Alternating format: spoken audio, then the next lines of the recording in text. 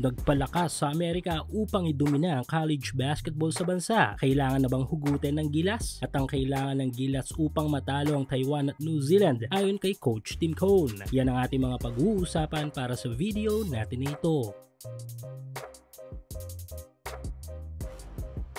So matapos ang masaklap na sinapit ng ating national team sa last at final FIBA window last February ay tila nagbigay nga ito ng wake up call para sa ating pambansang kupunan. Hindi nga kasi biro ang ma-upset ng Taiwan na dati tinatambakan lang natin at syempre mabalikan ng New Zealand na tila nabaliwala ang ating panalo sa kanila sa second FIBA window. Kaya naman walang ibang mindset ngayon na nakaset kay Gilas head coach Tim Cone kundi ang makabawi at maging preparado sa mga laban natin na kakaharapin sa FIBA Asia Cup Championship. Yes, importante ang mga laban natin dito sa mismong Asia Cup Championship na ito dahil dito nakasalalay ang ating shot sa 2027 World Cup at ticket patungong 2028 Olympics na ultimate goal ng Gilas at ni Coach Tim Cone. Kaya naman walang ibang dapat pagbuhusan ng lakas at puwersa kundi itong FACC. Sa latest interview dito kay Coach Tim regarding sa plano ng Gilas sa Asia Cup Championship ay nilatag nito ang ilang mga paghahanda na gagawin natin sa Agosto. Since 50-50 tayo kontra sa Tall Blacks ay inilagay ni Coach Tim ang matinding paghahanda sa dalawang kupunan sa ating group na may malaking tsansa tayong manalo. Ito nga yung national team ng Iraq at ang Taiwan o Chinese Taipei. Pero sa dalawa ay mas matindi daw ang paghandang gagawin natin dito sa Taiwan dahil nga sa upset na nangyari last FIBA window ay gustong makasigurado ni Coach Tim na hindi na maulit ito this FACC dahil daw mas preparadong Gilas na sa pagkakataong ito ang kanilang makakaharap. Samantala sa kabilang banda ay may planong magpalakas pa ng lineup ang Taiwan kung saan ay idadala nila ang kanilang mga malalakas na manlalaro. Pero kung may bagay daw na kailangan ng Gilas upang makakalap ng maraming panalo sa FACC ay ito nga daw ay ang mahabang panahon sa paghahanda ayon pa rin kay Coach Tim Cone. Ang tansya daw kasi na araw ng preparation ng Gilas sa Asia Cup Championship ay halos 1 linggo lamang na mas masaklap pa sa 10 days practice noon. Syempre kasama pa dyan ang travel time nila at konting pahinga kung sakali baka gumawa ng paraan ng SBP upang mabigyan pa ito ng solusyon. At sana nga lang ay makapagbigay ng adjustment ang PBA upang kahit papano ay mabigyan pa ng mas mahabang araw ng preparation ng ating pambansang kupunan.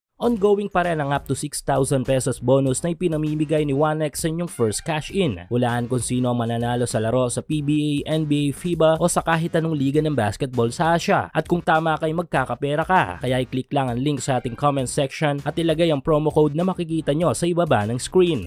Samantala, Gilas future tayo. Hindi nga maiiwasan na mangalap pa tayo ng mga malalaro sa hinaharap kung saan ay kakailanganin natin upang maboost pa ang lakas ng ating pambansang kupunan. At ang numero 1 pagkukunan natin ay ang ating mga youth college players. Marami tayong mga mahusay na mga malalaro ngayon sa kolehiyo na eventually ay pwede sa ating national team. Pero meron tayong isang malalaro ngayon na tila nagpapahayag na malakas na Gilas call-up sa future. Ito nga ay walang iba kundi si Lebron Lopez. Isa sa matagal ng batang malalaro na pinapahinog ng ating national team. Ang maganda nga dito kay Lopez ay makailang beses na itong nakasali sa Gilas kung kaya't medyo familiar na ito sa mga plays sa ating national team. Sa ngayon ay dominante si Lopez sa Philippine college basketball scene pero mas naging dominante pa ito nang gawin ng isang bagay na walang nakakaalam. Ito nga yung pagpunta nito sa Amerika at nagsagawa ng ilang mga trainings. Yes, naging tahimik ang galaw na ito ni Lopez na kung saan ay resulta lang ang kanyang pinakita. Ang info na ito ay nanggaling sa kilalang sports writer at broadcaster sa bansa. Ito nga ang ilang highlights ni Lopez sa recent stint nito sa Pinoy Liga. Kayo na ang humusga